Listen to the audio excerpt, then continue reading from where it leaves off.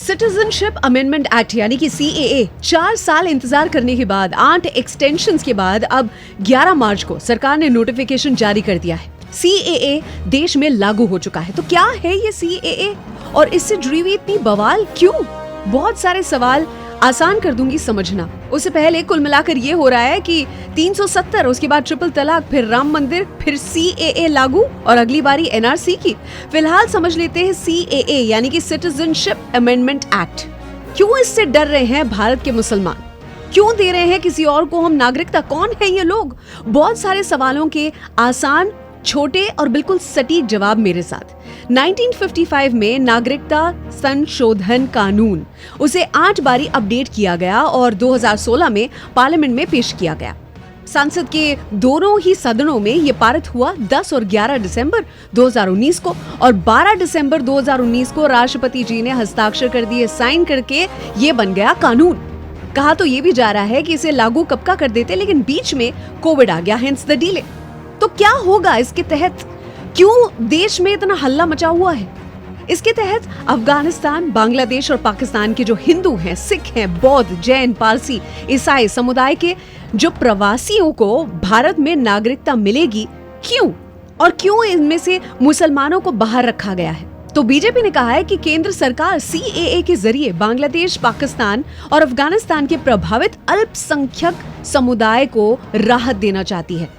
मुस्लिम समुदाय जो है वो अल्पसंख्यक नहीं है, बल्कि वो तो बहुसंख्यक है, क्योंकि तीनों देश जिनकी हम बात कर रहे हैं वो मुस्लिम कंट्रीज हैं। अफगानिस्तान, बांग्लादेश और पाकिस्तान, इसी की बात तो कर रहे हैं। और किनको मिल सकती है नागरिकता? उसके लिए तारीख भी तय है कि 31 दिसंबर 2014 से पहले जो भारत आ गए थे उनके लिए ये स्टेप मानवता को ध्यान में रखते हुए एक कदम उठाया जा रहा है। पहले फिर से समझ लें कि बांग्लादेश, अफगानिस्तान और पाकिस्तान मुस्लिम कंट्रीज हैं। CAA के जरिए उन लोगों को हक दे रहे हैं जो इन 3 देशों में परेशान रहे हैं, जो भारत में मुसलमान रह रहे हैं। उनको तो इस बात से कोई लेना देना हो ही नहीं सकता। जो पूछ रहे हैं कि किसको और क्यों नागरिकता दे रहे हैं, बता दें, सरकार कहती है आजादी के समय हम सब एक थे, यानी कि बांग्लादेश और पाकिस्तान और अफगानिस्तान भी हमसे कह सकते हैं जुड़ा हुआ था। तो फिर वो सारे नागरिक जो भारत आए हैं किसी भी कारण से, अपने देश में खुश नहीं थे, तंग किया जा रहा था, प्रताड़ित थे, अब उन्हें छिपने की जरूरत नहीं है। इसी एक्ट के जरिए लीगली वो भारत में रहने का मौका और हक उन्हें दिया जाएगा। इज्जत से अपना जीवन बसर कर पाएंगे, और वो क्या, उनकी आने वाली जो पीढ़ियां हैं वो भी हक से जी पाएंगी। पर क्या भारत देश के मुसलमानों को इससे डरना चाहिए? नहीं, बिल्कुल नहीं, क्योंकि जो डर है वो होगा ही नहीं। CAA ऑलरेडी सरकार ने बता दिया है कि किसी की नागरिकता छीनी नहीं जाएगी। इसके तहत कोई भी इंसान किसी भी धर्म को मानता हो, फॉलो करता हो, सिटीजनशिप उसकी नहीं छीनी जाएगी। वो NRC वाला चैप्टर है जिसमें लीगली या इलीगली कौन रहता है ये पूछा जाएगा, ये कागज दिखाने को कहा जाएगा, लेकिन उसे CAA से ना जोड़े। इन शॉर्ट, पूरा CAA का जो मामला है, इस कानून का मुख्य प्रावधान सिटीजनशिप एक्ट 1955 कि अवैध प्रवासियों को भारत में नागरिकता लेने से रोकता था।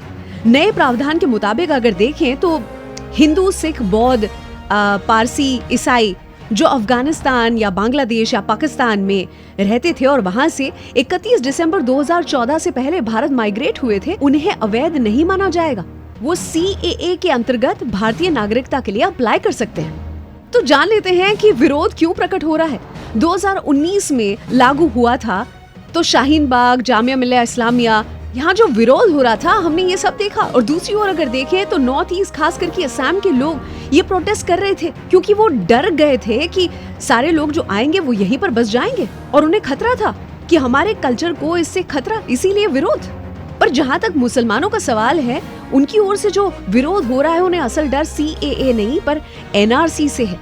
CAA लागू होने के बाद NRC भी लाया जाएगा, जो मुस्लिम समुदाय की नागरिकता को लेकर संकट पैदा कर सकता है। वो भी NRC द्वारा भारत में अवैध रूप से जो लोग रह रहे हैं, विदेशी नागरिकों को उनकी पहचान पूछी जाएगी और जरूरी डॉक्यूमेंट्स उन्हें सबमिट करने होंगे, दिखाने होंगे। वो कैसे करेगी सरकार, ये सोचने वाली बात रहेगी, लेकिन आपका विचार जरूर से कमेंट करें।